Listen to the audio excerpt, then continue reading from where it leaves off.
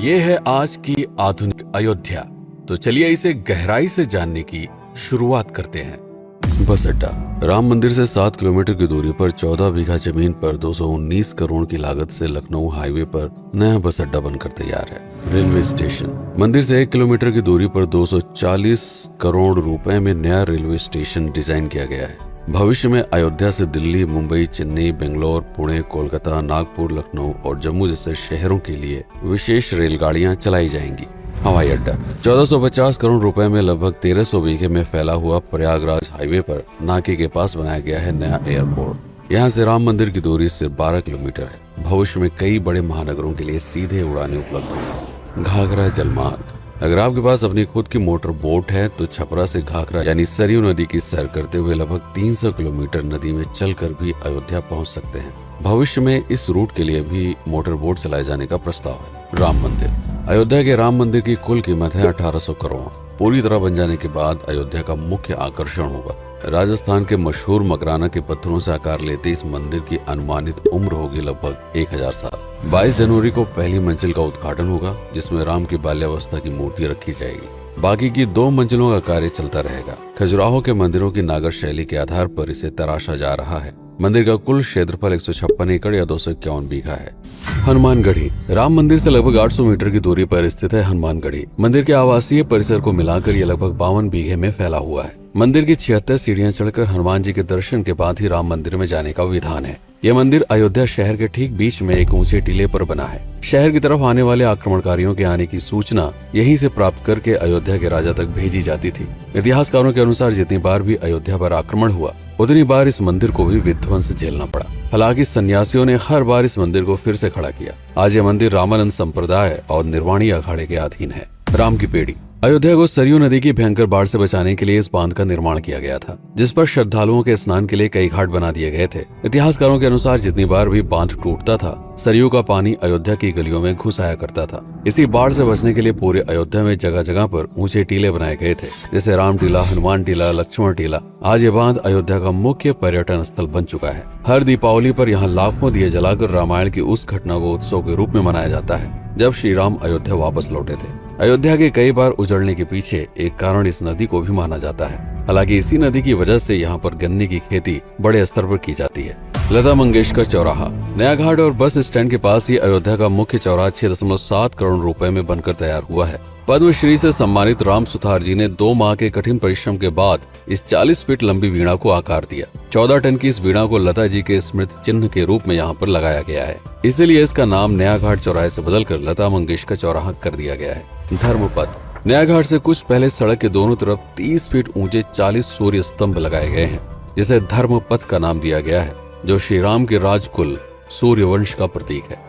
दशरथ समाधि स्थल। नए बस अड्डे के बगल से एक पतली रोड कछार से आगे बढ़ते हुए लगभग 12 किलोमीटर दूर ले आती है दशरथ समाधि स्थल, जो बिलहर घाट पर मौजूद है, जिसके बारे में मान्यता है कि यहाँ पर राजा दशरथ का दाह संस्कार हुआ था। राम मंदिर के साथ ही इस जगह को भी पर्यटन स्थल के रूप में विकसित किए जाने की योजना पर कार्य चल रहा है। भरत कुंड। अयोध्या से 15 किलोमीटर दूर है नंदीग्राम। यहाँ मौजूद तालाब को भरत कुंड कहते हैं। मान्यता है कि इसी जगह से भरत ने पूरे अयोध्या का राज कार्य संचालित किया था। पर्यटकों के लिए इस स्थान को भी विकसित किया जाएगा। गुप्तार घाट। राम की बेड़ी से सरयू नदी के किनारे चलते हुए 10 किलोमीटर दूर स्थित है गुप्तार घाट। ये कैंट एरिया में पड़ता है। इस जगह को श्री राम के जल समाधि के रूप में महत्व दिया जाता है। इसके अलावा अयोध्या नगर में हर गली में कई विशेष मंदिर हैं, जिनकी अपनी मान्यताएं हैं, कथाएं हैं, विशेषताएं हैं। पूरी तरह से विकसित हो जाने के बाद नई अयोध्या को पूरी तरह से जानने के लिए, इसका आनंद लेने के लिए कम से कम 3 दिनों तक यहाँ रुकने की आवश्यकता है। देश विदेश से ज्यादातर पर्यटक भारत आते हैं उत्तर प्रदेश में आगरे का ताजमहल देखने और प्राचीन नगर काशी और सारनाथ घूमने। प्रश्न ये है कि अयोध्या घूमने और श्री राम का मंदिर देखने के लिए भला विदेशी क्यों आएंगे?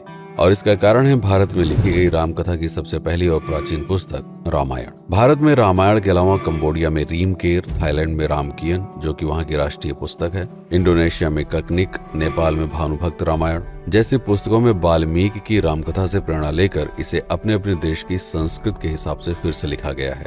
पात्रों के नाम, कुछ नई घटनाओं के अलावा मूल रामकथा सभी में एक जैसी है। इसके अलावा भारत में ही रामकथा को लेकर संस्कृत में 7 संस्करण, हिंदी में 3 संस्करण, गुजराती में 47, उड़िया में 14, तेलुगु में 5, कन्नड़ में 4 और अन्य भाषाओं में लगभग 17 संस्करण मौजूद है। इसके अलावा लिखे गए नाटक, कविताएं आदि को भी अगर मिला दिया जाए तो इस दुनिया में 300 से अधिक तरह से राम कथाएं बार बार लिखी गई हैं।